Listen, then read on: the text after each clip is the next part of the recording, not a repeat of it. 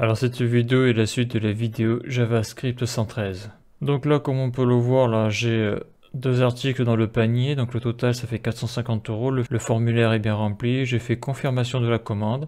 Et là on voit que j'ai l'identifiant que m'a renvoyé le serveur, j'ai le prix total de la commande, voilà. Et là je vais réactualiser ici et on va voir que local storage est vide, sauf bien sûr au niveau du formulaire, c'est-à-dire que si je reviens là, ici là sur le panier, le panier est vide. Si je reprends un article comme ici là, voilà, je sélectionne, et bien on va voir que comme j'ai pas enlevé la key formulaire avec ses values, et bien le formulaire se remplit de manière automatique. Donc dans cette vidéo, on va voir comment j'ai fait là pour faire ça. Alors dans la dernière vidéo, j'avais fait la structure HTML et je m'étais arrêté là. Et là si je me mets sur le local storage, j'ai ça dans le local storage. Ok. Donc là je suis sur ma page de confirmation. Donc là je vais faire Maj Alt F. Voilà, CTRL S. Donc là il y a un truc où je me suis trompé dans la précédente vidéo. Je m'en suis rendu compte là. C'est qu'il faut que je fasse un fichier JavaScript ici. Il faut que je fasse un fichier confirmation command.js. Voilà, parce que sinon c'est le gros bordel si je fais pas ça. Je vais pas le mettre sur panier, car déjà sur panier j'ai plus de 400 lignes. Donc voilà, donc ça veut dire quoi ça? Ça veut dire que au niveau de confirmation commande, ça il faut que je le modifie. Donc là je supprime, je fais slash, et là ça apparaît automatiquement. Voilà, et là je fais CTRL S. Donc ça c'est bon. Donc là je vais me mettre ici. Donc déjà la première chose à faire, ça va être de récupérer l'ID de la commande dans le local storage. Donc l'ID qui a été envoyé bien sûr par le serveur. Donc récupération de l'ID de la commande provenant du serveur dans le local storage. Donc l'ID qui provenait du serveur, je l'ai mis dans le local storage. Donc je vais créer une constante. Non, je vais l'appeler response ID. Là je vais l'appeler comme ça. Là je fais un copier. Ici là je fais un CTRL V. Donc response ID. Là je fais égal. Donc ça je vais le cacher ça. Voilà. Et donc je vais aller chercher dans le local storage.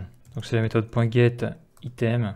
Après je fais donc CTRL V response ID. Ça c'est la key. CTRL S, ça ok c'est bon.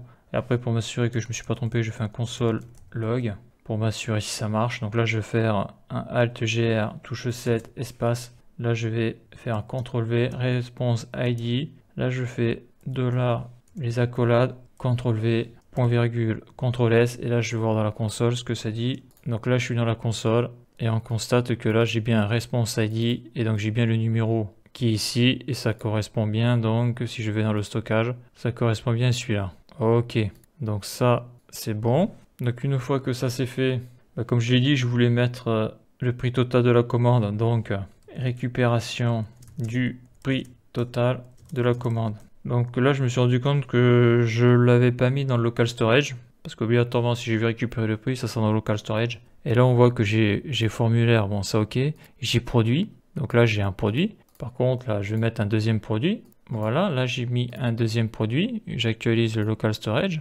Là on peut voir que j'ai deux objets, donc deux produits. Chaque produit bien sûr a son prix. Par contre je n'ai pas mis le prix total. Le prix total que l'on peut voir ici. Donc ça il va falloir que je le fasse, je l'ai oublié ça. Il va falloir que je crée une clé prix total et que je la mette dans le local storage. Donc bien pour faire ça je vais aller dans panier JS et je vais aller donc ici. Donc c'est ici que j'ai donc à la ligne 334. Mettre l'objet formulaire values dans le local storage. C'est-à-dire que mon prix total, je veux bien sûr le mettre, pourquoi pas en même temps que les values du formulaire. Donc là, ce que je vais faire, c'est un local storage .setItem. Donc là, je vais créer une nouvelle clé, je vais l'appeler prix total. Donc là, je copie exactement ce qu'il y a ici. Là je vais faire un CTRL C, CTRL V. Là, je fais un point virgule.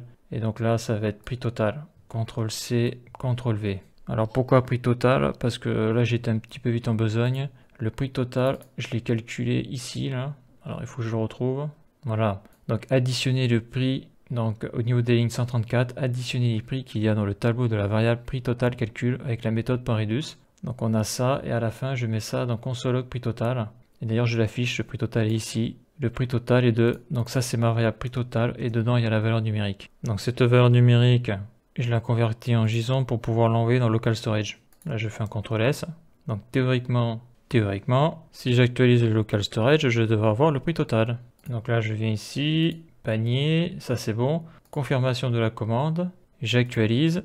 Donc là on le voit, là j'ai le prix total qui est bien de 340 euros. Donc je reviens en arrière, c'est bien 340 euros, c'est bien ça. Ok, donc là ce que je vais pouvoir faire, c'est maintenant envoyer ça vers le serveur. Donc mettre les values du formulaire et mettre les produits sélectionnés dans un objet à envoyer vers le serveur. Donc là j'ai mis produit enregistré dans local storage. Ben là je vais mettre CTRL V, hein, c'est la valeur numérique que je vais envoyer, CTRL S. Donc qu'est-ce que ça fait tout ça? Confirmation de la commande. Donc là je clique sur la réponse, là, quoi, sur le résultat de la promesse.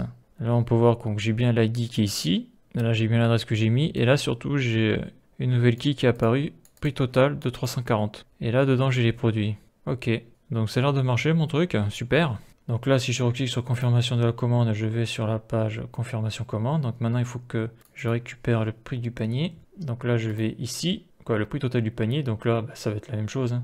Donc là je vais faire une constante, CTRL V, prix total, égale local storage.getItem. Donc là je vais chercher la valeur dans le local storage. Les doubles codes, CTRL V, prix total, hop, CTRL S. Bon, je vais vérifier quand même, on sait jamais. Si je fais un console log, Alt GR7 espace, là je fais CTRL V, prix total. Et là je vais mettre donc $Alt GR et les accolades qui sont sur la touche 4. Là je fais un CTRL V, je mets un point virgule, CTRL S. Et là si je vais voir la console, eh bien on peut voir que j'ai le prix total qui s'affiche. Donc maintenant que j'ai l'ID du serveur qui confirme la commande, le prix total, maintenant il faut que j'affiche ça ici. Donc je vais faire exactement ce que j'avais fait dans les pages précédentes, hein. Donc je vais appeler ça la structure HTML de la page confirmation commande. Donc déjà ça commence toujours par une variable. Donc là j'ai été voir sur les pages où je l'ai déjà fait, hein, parce que de tête ça, moi j'oublie vite, hein. Donc là position élément on était à 4, je vais passer à 5. Après je vais faire un document.query selector, là je le sélectionne. Et là par contre j'ai fait une petite erreur, là je vais plutôt mettre un ID, donc double quote, le H, le dièse. Et là par contre j'avais fait une erreur, donc là je fais CTRL S. J'avais fait une erreur au niveau, donc ici là, donc là j'ai dit conteneur récapitulatif commande, donc c'est ça. Sauf que là je veux pas que ça soit une classe, donc CTRL C, je veux que ça soit un ID, un identifiant unique, parce que la classe c'est pas unique. Voilà, donc ça je vais le mettre ici, CTRL V, point virgule. Donc là j'ai sélectionné l'ID, par contre j'ai perdu ici ma mise en forme parce que dans le CSS j'avais mis une classe au lieu d'un ID. Donc là je vais aller sur le SAS, SCSS, style.scss, je descends, c'est tout en bas. Ici j'ai mis une classe, donc là je supprime et là je mets un ID. Pour que ça fonctionne il faut que je fasse npm run SAS, entrée, le SAS fonctionne, je fais CTRL S et si je veux voir ma page web, je viens de récupérer ma mise en forme, super. Donc ça c'est fait, ça je supprime. Donc là je suis sur confirmation commande, là je suis sur OK. Bon le panier j'en ai plus besoin, je supprime. Voilà. Donc une fois que ça c'est fait, donc là je vais le marquer là. Là j'ai sélection, donc c'est comme ça que je l'avais écrit en commentaire dans les autres pages. Sélection, élément du DOM pour le positionnement. Donc maintenant il va falloir que je fasse une variable structure. C'est comme ça que je l'avais appelé, hein, on peut le revoir. Ça j'ai montré déjà dans d'autres vidéos. Structure, confirmation, commande. Donc c'est un nom à la con, mais ça parle bien. Alt GR, touche 7, espace, entrée, entrée, entrée.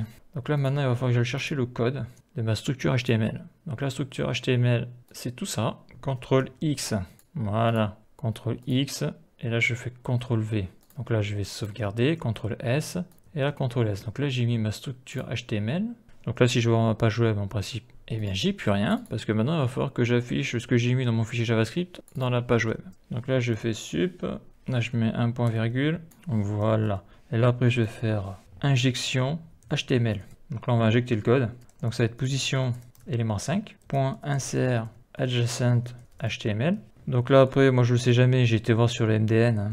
Donc j'ai fait des tests, c'est after begin. Parce que moi quand je programme je fais de manière empirique, hein. Je fais un test, ça marche pas, je réessaye autre chose jusqu'à temps que ça marche. Ce que je fais là, je n'y arrive jamais du premier coup, hein. Même si dans la vidéo on dirait que j'y arrive du premier coup, mais c'est une vidéo et c'est la magie du montage. Donc là je sélectionne ça, CTRL C, CTRL V, CTRL S, et là la magie a dû opérer. Voilà, la magie a opéré. J'ai réaffiché ma structure HTML, par contre il faut que je vire les X là. Donc pour virer les X c'est hyper facile avec les backticks. Je fais $accolade, ouvrante, accolade fermante. Donc là je fais CTRL C, et ici je sélectionne CTRL V. Donc après là qu'est-ce que je veux là? Le numéro. le numéro, c'est la response ID, CTRL-C, CTRL-V, et le prix total, CTRL-C, parce que là je veux le montant total de la commande, le montant de votre commande est de, voilà, CTRL-V. Si je fais un CTRL-S, la magie a dû opérer. Voilà, donc maintenant j'ai mon numéro, j'ai mon prix total. Par contre, maintenant ce que je veux, c'est qu'au niveau du stockage, donc dans le local storage, je veux tout supprimer. Alors ça, je sais pas ce que c'est, ce truc qui apparaît là, les values là. Mais bon, ça me sert à rien. Je veux tout supprimer sauf l'acquis formulaire. Donc, on l'avait vu hein, dans les vidéos précédentes. Donc, effacer tout le local storage sauf le formulaire. Donc, il y a dans le local storage, il y a une propriété, une méthode .removeItem. Le seul truc, c'est que tu ne peux supprimer qu'une clé à la fois. J'ai essayé, mais ça marche pas. Donc là, je vais créer une fonction que je vais appeler enlever clé local storage. Là, il y a une faute. Donc, enlever clé local storage. Je mets les parenthèses, je mets les accolades. Ok. Donc, en paramètre, dans la fonction, il faudra mettre une valeur, ça sera la clé que je veux supprimer. Donc, après, la commande, c'est quoi? Les instructions, c'est local storage.remove item. Donc, c'est hyper facile. Et l'item, donc ça va être la key, point virgule, CTRL-S. Point virgule. Donc, en principe, si je fais un CTRL-S, il n'y a pas d'erreur. Hein.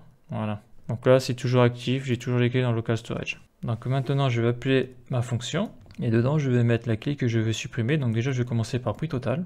Voilà, point virgule. Enlever clé local storage. Après, moi, je veux enlever donc la key produit. Et après, je veux enlever la key response ID. Point virgule, je fais CTRL-S. Donc là, il ne me restera plus que la clé formulaire. Donc là, si j'actualise le local storage, bien on voit qu'il ne me reste plus que la clé formulaire. Donc, on va faire un test. Si je vais sur panier, donc on voit que le panier est vide. Donc là, je vais prendre un article hein, et je vais en prendre un autre. Voilà. Donc là, on voit que ça s'est bien éditionné, pas de souci. Vu que j'avais pas supprimé la clé formulaire, eh bien, ça s'est rempli de manière automatique. Je confirme la commande. J'ai bien un nouvel ID, la valeur de la commande totale. Et si j'actualise local storage, eh bien, on voit que j'ai que la clé formulaire.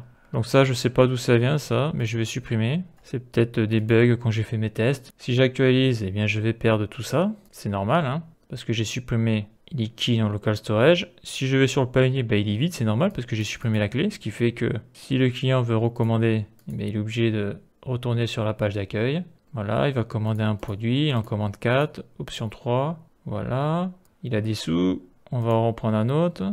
Ok, je commande, ok. Donc là, il y en a pour 1697 €. Si j'actualise, on voit que l'acquis produit est bien là, hein, parce que si je vais là, accueil, et si je reviens, j'ai tout qui est en place. Je peux supprimer un article. Si j'actualise, ça a dû se mettre à jour, c'est bon. Et donc si j'envoie la commande, donc le serveur fait son boulot, le prix total est là, au plaisir de vous revoir, j'actualise, tout est vide, nickel. Donc on peut voir que ça fonctionne très bien. Donc bien sûr, hein, le site il n'est pas esthétique, hein, c'est pas avec ça que je vais gagner le concours de design de l'année. Hein. Mais bon, là le but c'était de voir le JavaScript, les bases du JavaScript appliquées sur un petit site e-commerce. Hein. C'est très intéressant pour ça, l'e-commerce, qu'il faut faire beaucoup de manipulations JavaScript et on peut voir que c'est quand même assez technique. D'ailleurs, j'ai fait plus d'une trentaine de vidéos là-dessus, 30-40. Donc là, ce qui serait bien, c'est de refaire un design plus propre. Après, on peut toujours améliorer hein, le fonctionnement du site en améliorant le JavaScript, en le refactorisant, en utilisant du code plus optimisé. Donc moi, je découvre, je débute. Hein. Donc voilà, donc dans la prochaine vidéo, eh bien, ce qui serait bien, c'est de mettre le site. Parce que là, il commence à être balèze, là, il commence à y avoir pas mal de lignes de code. Donc ça serait vraiment dommage de le perdre. Là, on peut le voir, là, il y a quand même pas mal de lignes. Donc dans la prochaine vidéo, on va voir comment on met un programme informatique en utilisant Git pour le mettre sur GitHub. Donc on va commencer à voir l'utilisation de base, niveau débutant de Git et GitHub. Donc c'est un logiciel qui permet de gérer ces différentes versions du programme et surtout de faire des sauvegardes sur un serveur et après de travailler avec plusieurs développeurs sur le même programme. Et donc cette nouvelle série de vidéos commencera par Git. Donc tu marques Git01 sur YouTube et tu devrais tomber dessus en principe. Et donc voilà pour cette vidéo.